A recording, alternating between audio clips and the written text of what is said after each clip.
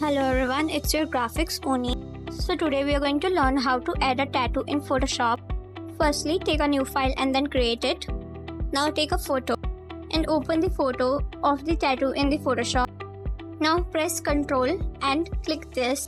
Click on Ctrl plus C and click mask. Now press Alt and click this. Press Ctrl plus Shift plus V. Now click on Ctrl plus I. Now press Alt and click. Now take this in the photo file. Now press Ctrl plus T. Right click and select wrap. Now arrange it accordingly. Now change it to overlay. Click on filter option, then click on blur.